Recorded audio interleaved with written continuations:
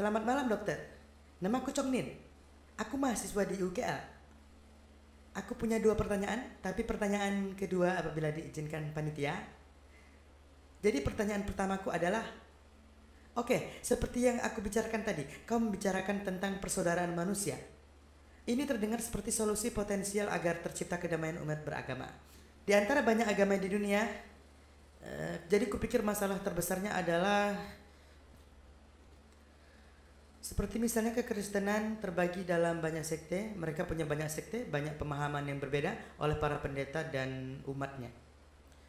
Jadi berdasarkan faktor manusia ini yang cenderung salah memahami agamanya, menyimpang dari kitab mereka dan agama mereka. Apa responmu terhadap masalah ini, dokter? Atau kepada tantangan terbesar ini terhadap persaudaraan manusia? Saudara ini bertanya bahwa kita melihat dalam beberapa agama, misalnya Kristen, orang-orang memahami kitab mereka berbeda-beda. Dengan begitu ada berbagai bagian dan itu menyebabkan perbedaan. Dan apa solusinya? Saudara, solusinya adalah kau kembali pada kitabmu. Dan jika ada banyak pemahaman, dan dengan banyaknya pemahaman ini bisa jadi ada kontradiksi, maka kau pilih pemahaman yang tidak berkontradiksi. Misalnya, kau baru saja mendengar penanya sebelumnya di mana dia bertanya, kenapa pria tidak boleh menikahi wanita ahli kitab manapun? Dan setiap orang setuju bahwa kau boleh menikahi wanita dari ahli kitab. Jadi aku memberi alasan logisnya bahwa jika aku percaya kamu bisa menikahi ahli kitab manapun, maka akan ada pertentangan dalam Quran. Karena salah satu ayat Quran berfirman, engkau tidak boleh menikahi orang musyrik. Dan orang-orang yang menyembah Yesus Kristus telah melakukan kesesatan. Itulah firman Tuhan. Jadi aku memberikan jawaban yang tidak berkontradiksi. Jadi orang yang berakal sehat manapun akan lebih setuju dengan jawabanku atau jawaban manapun yang tidak berkontradiksi. Begitu juga dengan penanya sebelumnya yang berkata, aku percaya Yesus adalah anak Tuhan. Jika kau percaya Yesus Kristus adalah anak Tuhan, Adam juga anak Tuhan, Efraim juga anak Tuhan. Jadi apakah engkau anggap mereka sama dengan Yesus? Dia berkata tidak. Jadi mereka berkata sesuatu tapi tidak paham. Jadi jika ada berbagai pemahaman, maka aku katakan, kenapa engkau begitu menghormati Yesus tapi tidak kepada nabi yang lainnya? Apa yang mereka katakan sebenarnya?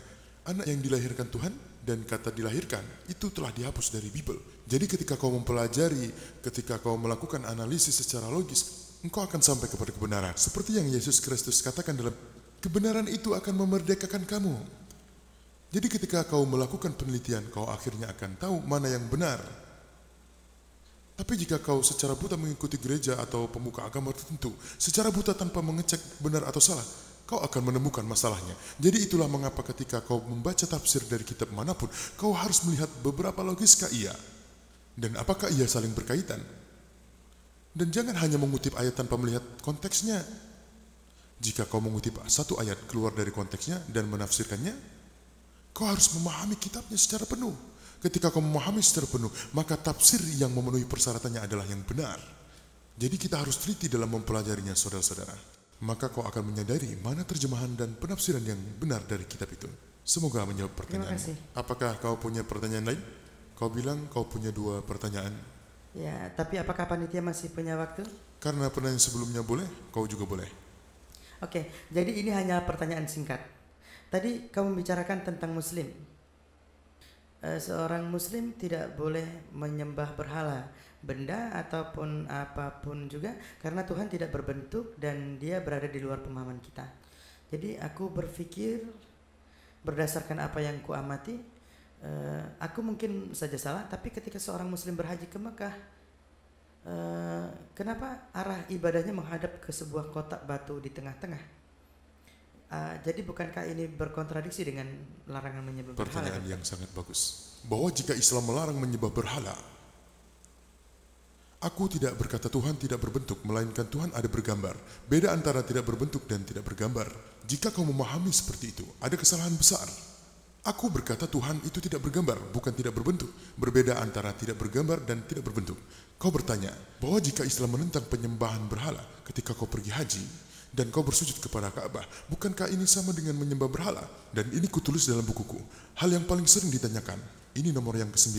Hal yang paling penting sering ditanyakan tentang Islam oleh non-Muslim adalah, jika Islam menentang penyembahan berhala, kenapa kau bersujud menghadap ke Ka'bah? Dan jawabannya adalah, tidak ada Muslim manapun yang menyembah Ka'bah. Ka'bah adalah kiblat kami, petunjuk arah kami.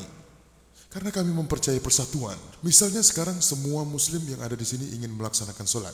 Sebagian berkata, mari menghadap utara. Sebagian berkata selatan, timur, atau barat. Tidak ada persatuan.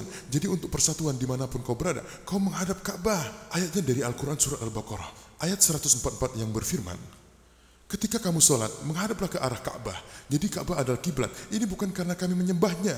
Lebih jauh, muslim adalah penemu peta dunia. Al-Idrisi pada tahun 1154 adalah manusia pertama yang menggambar peta dunia. Ketika muslim menggambar peta dunia, kutub selatan ada di atas, kutub utara di bawah, dan Ka'bah ada di tengah-tengah. Kartografer barat datang dan mereka membalikkan petanya. Kutub utara di atas, kutub selatan di bawah. Meski begitu, Ka'bah tetap di tengah-tengahnya. Jika kau tinggal di utara, kau menghadap ke selatan. Jika kau tinggal di selatan, kau menghadap ke utara. Jika kau ada di barat, kau menghadap ke timur. Jika kau tinggal di timur, kau menghadap ke barat. Ka'bah adalah pusat dari dunia.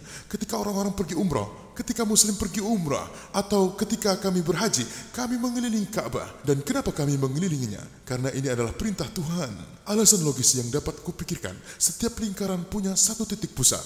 Ketika kita mengelilingi Ka'bah, kita bersaksi bahwa Tuhan hanya satu.